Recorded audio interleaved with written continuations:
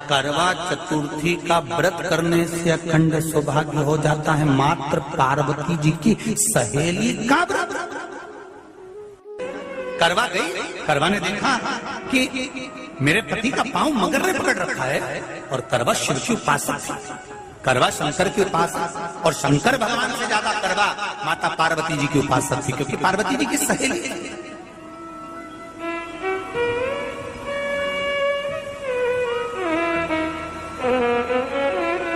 पति का पांव खींचकर मगर पानी में लेकर जा रहा था। करवा आराधना में लगी हुई थी। करवा ने मिट्टी का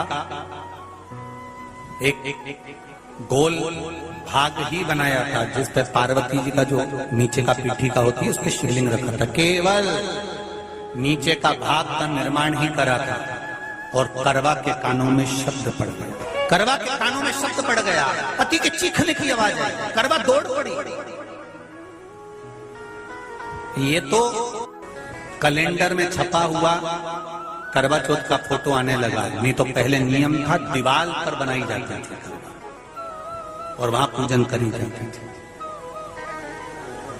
कई माताएं जानती होगी यहाँ पर आज भी पहले दीवार पर बनती थी।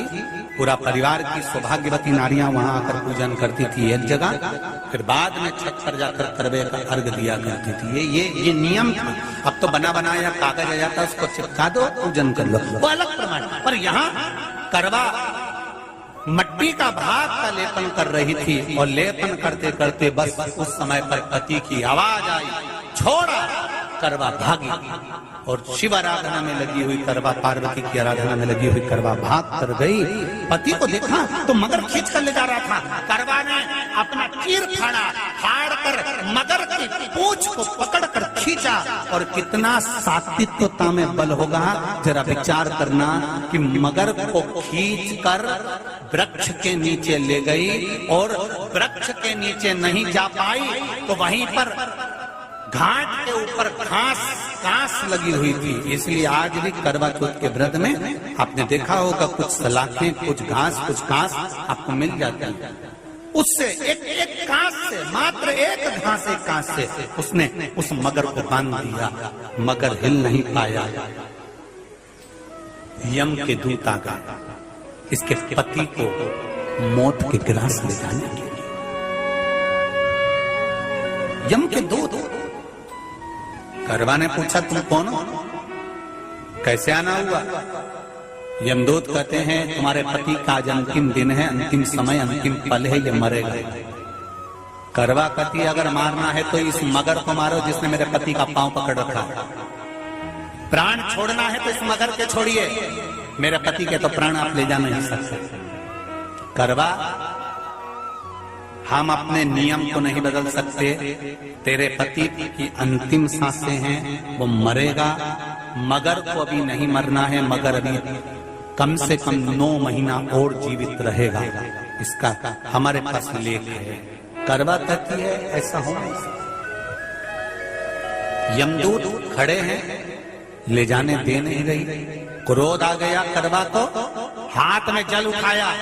अगर एक यमदूत भी मेरे पति को उठाकर ले जाता है तो मैं शिव भक्त माता पार्वती जी की भक्त करवा आपको श्राप दे दूंगी। सब दौड़ पड़े, यमराज के पास चले गए। यमराज ने पूछा तुम दौड़ कर आए हो, क्या हुआ? यमराज पूछते हैं, दूत कहते हैं वो करवा अपने पति को नहीं लाने दे रही। यमराज वहां कर खड़ा हो जाता है। करवा को समझाया, करवा तेरे पति के प्राण जा चुके हैं, तेरा पति अब मरने वाला है, अंतिम क्षण इसको ले जाने दे, इसका आज आखिरी दिन है। मगर को ले जा पर मेरे पति को नहीं। मान नहीं पाया। यमराज जब क्रोध पर अड़ गया तब करवा को क्रोध आया और क्रोध में आकर जल लेकर करवा ने श्राप देना चाहा यमराज को। यमराज चरणों में पड़ गया, रेन दे करवा, मैं तुझे वर देता हूँ, आज चतुर्थी का दिन है, तेरे पति को मैं जीवन दान देता हूँ। आज के दिन जो तेरे नाम से व्रत धारण करेगा उसका खंड सौभाग्य स्वयं यमराज करेगा। स्वयं ये वो करवा चौथ का व्रत है। इसलिए करवा चौथ के उद्यापन में लिखा है उसका जब उद्यापन होता है तो एक थाली में 13 जगह पर 4-4 पूड़ी रखी जाती है। आप लोगों को तो मालूम होगा, आप लोगों ने करा होगा करवा चौथ का उद्यापन। एक थाली में 13 जगह पर पूड़ी और सीरा, सीरा मतलब हलवा रखा जाता है। और रखने के बाद में उसके ऊपर एक पत्तल रखकर उस पर सुहाग का वस्त्र, साड़ी, 5 वस्त्र, सुहाग सामग्री सब उस पे रखी जाती है। और रखने के बाद में हाथ में कंकु, चावल, हल्दी लेकर, संकल्प लेकर उस थाली पर से घुमाया जाता है। कामना करी जाती है, हे चौथ माता, हे करवा चौथ, हे चतुर्थी माँ, मेरे जीवन में मैंने आपका व्रत करा है, मेरे इस व्रत को स्वीकार करना, मेरा सौभाग्य का, मेरा मांग का सिंदूर, मेरी भाल की बिंदी, मेरे हाथ का चूड़ा, मेरी पाँव की बिछोड़ी, इसको अमर करना माँ। और जो ये वस्त्र मैं दे रही हूं, इस वस्त्र को मैं जो प्रदान कर रही हूं चौथ माता, इसको स्वीकार कर कर मेरी भी चुनड़ी को लाल बनाए रखना।